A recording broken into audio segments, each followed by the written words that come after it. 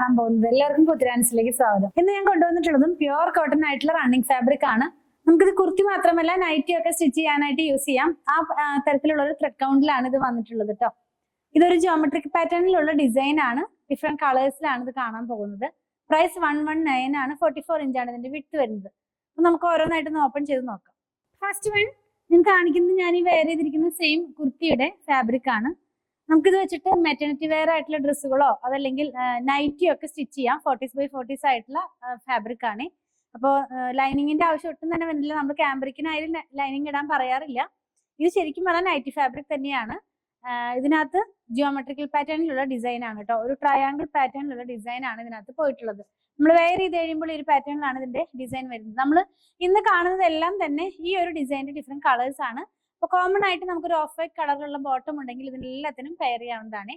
Next one കാണുന്നത് ഒരു എന്താ പറയാ പർപ്പിൾ കളർ എന്ന് പറയാം, അതല്ലെങ്കിൽ ഒരു മെറൂണിഷ് ആയിട്ടുള്ള റെഡ് കളർ, രണ്ടിന്റെ ഇടയിൽ നിൽക്കുന്ന പോലത്തെ ഒരു കളറാണ്. എക്സാക്ട് പർപ്പിളും അല്ല മെറൂണും അല്ല.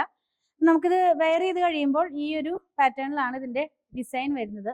ശരിക്കും ആ ഒരു ട്രയാങ്കിളിന്റെ തന്നെ ഡിഫറെന്റ് കളേഴ്സിലാണ്. ഫാബ്രിക്കിന്റെ ബേസ് കളറും ട്രയാങ്കിളിന്റെ കളറും എല്ലാം ചേഞ്ച് ആവുന്നു.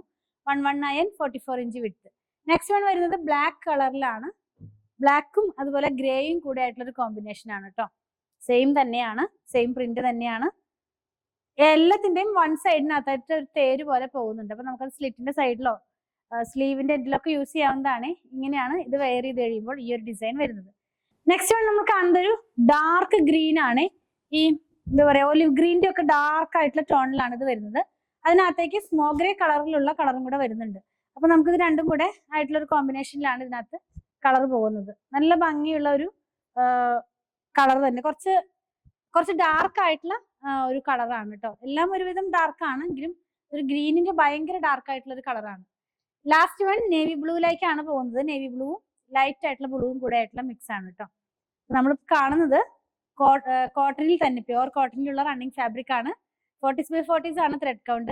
ഇങ്ങനെയാണ് ഇത് വെയർ ചെയ്ത് കഴിയുമ്പോൾ ഈ ഒരു കളർ നമ്മൾ വെയർ ചെയ്ത് കഴിയുമ്പോൾ വരുന്നത്. ഇന്ന് കണ്ടതെല്ലാം തന്നെ ജിയോമെട്രിക്കൽ ഡിസൈൻസ് ആയിരുന്നു.